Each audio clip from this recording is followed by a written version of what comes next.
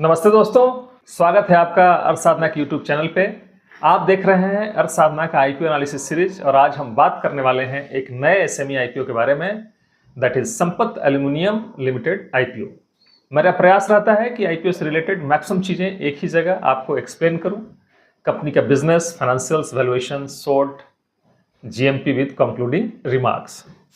अगर आप नए हैं तो चैनल को सब्सक्राइब करना ना भूलें। चलिए शुरू करते हैं आज का एनालिसिस। सबसे पहले कंपनी का इंट्रोडक्शन पार्ट देखते हैं। संपत एल्यूमिनियम लिमिटेड की शुरुआत हुई थी 1999 में।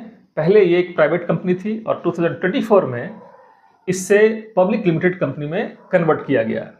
ये कंपनी एल्यूमिनियम वायर रॉड्स और वायर्स बनाती है जो कि electricity distribution, transformers, industrial use और टेलीकॉम जैसे सेक्टर्स के लिए काफ़ी क्रूशियल होते हैं। उनका प्लांट करोल गुजरात में है जिसका एनुअल कैपेसिटी 8400 MTPA है। कंपनी प्रोपरजी प्रोसेस यूज करती है जिसमें कंटिन्यूअस कास्टिंग और हॉट रोलिंग के थ्रू रॉड्स और वायर्स बनते हैं। की प्रमोटर्स की बात करें तो इनके की प्रमोटर्स हैं संकेत संजय देवरा, संजय विमाल चंद देवरा, एकता संकेत देवरा और संपत हेवी इंजीनियरिंग लिमिटेड। इनका बिजनेस सेगमेंट समझते हैं। कंपनी के प्रोडक्ट पोर्टफोलियो मेनली दो सेगमेंट्स में डिवाइड होता है। पहला है एल्यूमिनियम रॉड्स। इसके रेंज जो है 7.5 mm से 20 mm तक का है। एल्यूमिनियम कंटेंट इसमें 98% से 99.5% होता है और इनका use constructions, automotive, electricals, steel deoxidation में होता है। फाइनेंशियल ईयर 25 में इनका प्रोडक्शन हुआ था 4222 मीट्रिक टन। सेकेंड है एल्यूमिनियम वायर्स। रेंज 5.5 mm से लेकर 6.5 mm तक। एल्यूमिनियम कंटेंट 98% से 99.5% और इनका use power transmission, building, wiring, transformers, telecom sector में होता है। फाइनेंशियल ईयर 25 में प्रोडक्शन था 1085 मीट्रिक टन। अब इनका टारगेट मार्केट और क्लाइंट्स की बात कर लें। कंपनी का कस्टमर बेस डाइवर्सिफाइड है। Power utilities, transformer manufacturers, construction material suppliers और इंडस्ट्रियल क्लाइंट्स। ज्योग्राफिकली उनकी presence Gujarat plus other parts of India में है with efficient supplier and distribution network. IPO details की बात करते हैं। आईपीओ साइज है 30.53 करोड़ का और यह है 100% फ्रेश इशू। प्राइस बैंड की बात करें तो यह है 114 to 120 rupees per share. Lot size है 1200 शेयर्स का। मिनिमम रिटेल इन्वेस्टमेंट है 2 लॉट्स का जिसमें 2400 शेयर्स होते हैं और ये अमाउंट होता है 2,88,000। HNI के लिए मिनिमम इन्वेस्टमेंट की बात करें तो ये है 3 लॉट्स का, दैट इज 3600 शेयर्स और ये अमाउंट हो जाता है 4,32,000। इसकी लिस्टिंग होगी BSE SME पे। टाइमलाइन की बात करें तो ओपनिंग डेट है 17 सितंबर, क्लोज डेट है 19 सितंबर, अलॉटमेंट है 22 सितंबर और लिस्टिंग होगा टेंटेटिव 24 सितंबर 2025 को।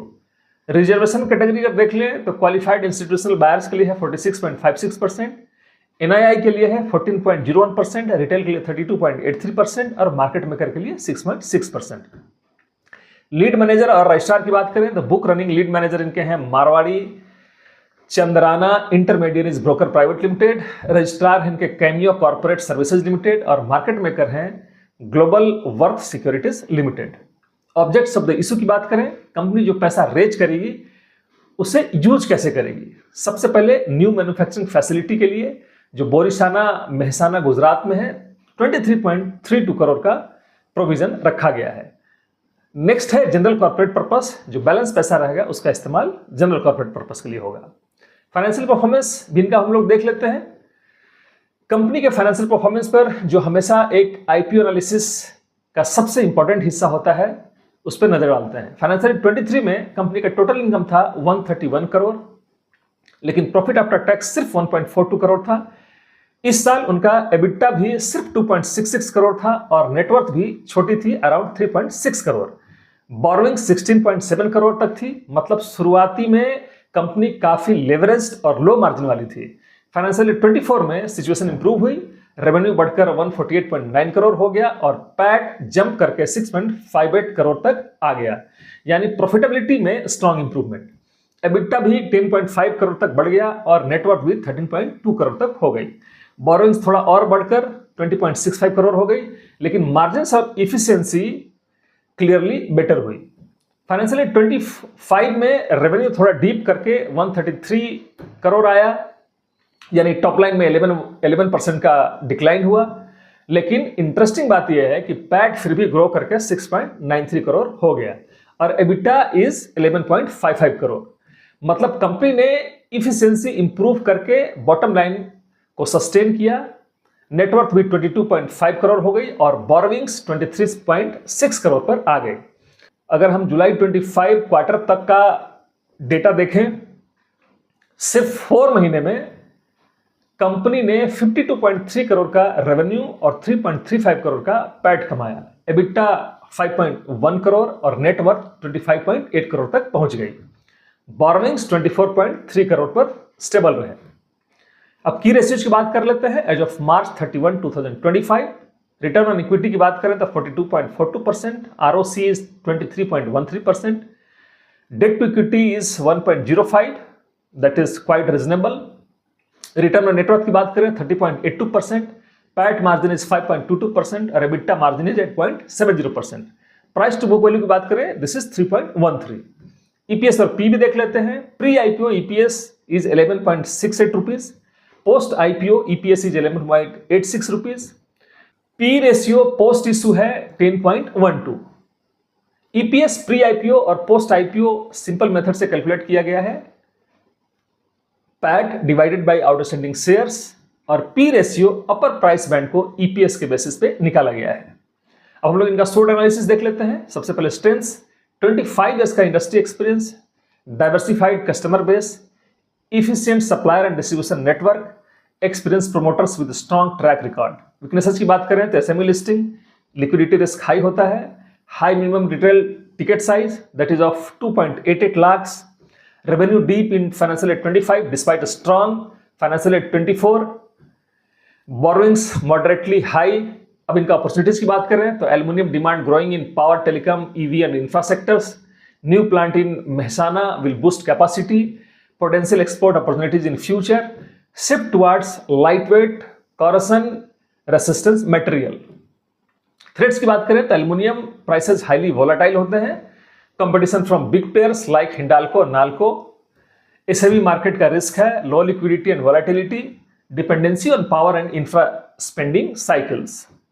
जीएमपी ट्रेंड और लिस्टिंग गेन भी देख लेते हैं। लेटेस्ट जीएमपी इनका है 18 रुपीज का एज ऑफ 12 सितंबर 2025। एक्सपेक्टेड लिस्टिंग प्राइस इस हिसाब से 138 हुआ, 120 that is upper band plus 18 rupees premium.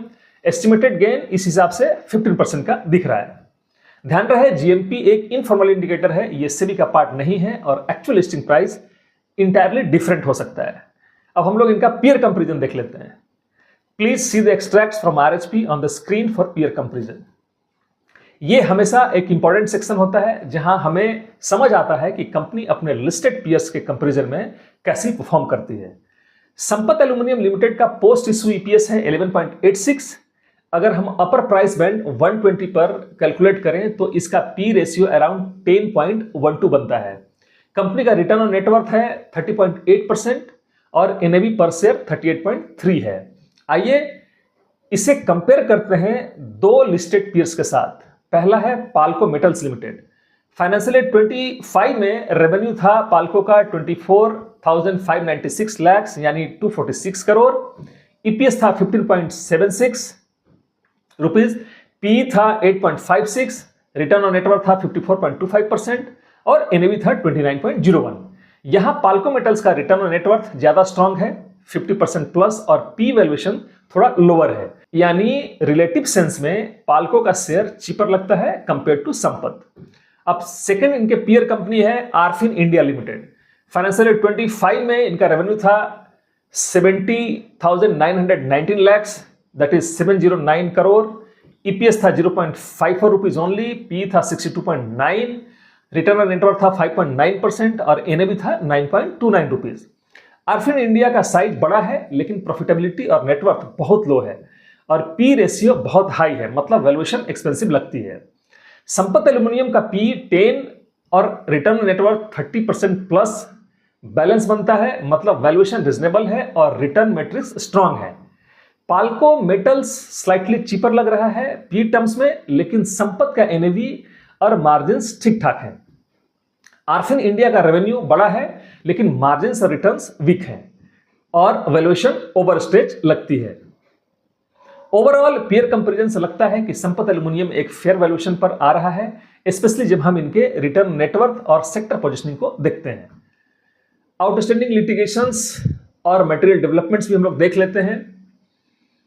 Sampat aluminium limited के आरएचपी के हिसाब से कंपनी प्रमोटर्स, डायरेक्टर्स और ग्रुप कंपनीज के अगेंस्ट कोई क्रिमिनल केस या सेबी रेगुलेटर का एक्शंस नहीं है। कंपनी लेवल की बात करें तो सिविल क्रिमिनल केसेज में कोई मटेरियल सिविल या क्रिमिनल प्रोसीडिंग्स नहीं है। रेगुलेटरी एक्शंस की बात करें अभी तक कुछ भी पेंडिंग नहीं है। प्रोमोटर्स, डायरेक्टर्स एंड की मैनेजमेंट के लेवल पे देखें तो प्रोमोटर्स, डायरेक्टर, की मैनेजरियल पर्सनल, इनके खिलाफ कोई भी मटेरियल सिविल क्रिमिनल या रेगुलेटर एक्शन नहीं है। ग्रुप कंपनी लेवल पे देखें, एक केस है Devra wires and machines private limited के अगेंस्ट, जिसमें गुजरात हाई कोर्ट में आर्बिट्रेशन मैटर पेंडिंग है regarding supply contract dispute. Total amount है 1.38 करोड़ का। अभी अपील हाई कोर्ट में चल रहा है। इसमें क्लेमेंट ग्रुप कंपनी ही है, इसलिए ये थोड़ी सी राहत की बात है। अब टैक्स मैटर्स की बात करें तो कंपनी लेवल पे डायरेक्ट टैक्स का एक्सपोजर है 38.25 लाख का demand due to multiple small cases from financial year 2010 से लेकर 2019 तक। इनडायरेक्ट टैक्स की बात करें तो सबसे ज्यादा एक्सपोजर यही है, ऑलमोस्ट 19.97 करोड़ का outstanding demands and proceedings, majorly input tax credit disputes और alleged fictitious dealer transactions. TDS की बात करें तो 2.35 लाख का डिमांड है। प्रोमोटर्स और डायरेक्टर्स लेवल पे स्मॉल डायरेक्ट टैक्स डिमांड्स हैं, मोस्टली 1 लाख से नीचे का है। ग्रुप कंपनीज की बात करें तो Devra wires and machines private limited, Sampat heavy engineering limited और इंडस एल्युमिनियम रिसाइकलर्स लिमिटेड के अगेंस्ट भी कुछ स्मॉल डायरेक्ट टैक्स और टीडीएस डिमांड्स पेंडिंग है। अब क्रेडिटर्स की बात देख लेते हैं हम लोग। एज ऑफ जुलाई 31, 2025 कंपनी के मटेरियल क्रेडिटर्स आउटस्टैंडिंग ड्यूज कुछ इस तरह से हैं। One material creditor that is of 403 lakh means 4.03 crore का। अदर 123 क्रेडिटर्स हैं जिसमें अमाउंट इन्वॉल्व है 14.29 करोड़ का। इस हिसाब से टोटल आउटस्टैंडिंग है 18.3 करोड़ का। कंपनी प्रोमोटर्स और डायरेक्टर्स कभी भी विलफुल डिफॉल्टर या फ्रॉडुलेंट बोरोवर डिक्लेयर नहीं हुए हैं। तो दोस्तों, लिटिगेशन साइड पर सिचुएशन काफी क्लियर है। कंपनी या प्रोमोटर्स के खिलाफ कोई क्रिमिनल या रेगुलेटर केस पेंडिंग नहीं है। हाँ, एक आर्बिट्रेशन मैटर ग्रुप कंपनी देवरा वायर्स के अगेंस्ट पेंडिंग है गुजरात हाई कोर्ट में। सबसे बड़ा एरिया रिस्क का है जीएसटी इनडायरेक्ट टैक्स डिस्प्यूट्स, जिसका एक्सपोजर लगभग 20 करोड़ के आसपास का है। ये disputes mainly input tax credit और वेंडर ट्रांजैक्शन से जुड़े हुए हैं और अपील्स चल रही हैं। डायरेक्ट टैक्स और टीडीएस के कुछ स्मॉल केसेज भी हैं, लेकिन इनका साइज छोटा है। क्रेडिटर्स का साइड पे कंपनी के 18 करोड़ के अप्रोक्स ड्यूज हैं, जिसमें एक मटेरियल क्रेडिटर अकेले 4 करोड़ का है। इंपॉर्टेंट चीज यह है कि कंपनी और प्रोमोटर्स को कभी विलफुल डिफॉल्टर डिक्लेयर नहीं किया गया है। ओवरऑल लिटिगेशंस मैनेजेबल है, लेकिन जीएसटी डिस्प्यूट्स पर क्लोज वॉच रखा जाना चाहिए। तो दोस्तों, संपत एल्युमिनियम एक established aluminium wire rod manufacturer है जिसका strong promoter background, decent profitability और एक्सपेंशन प्लान है।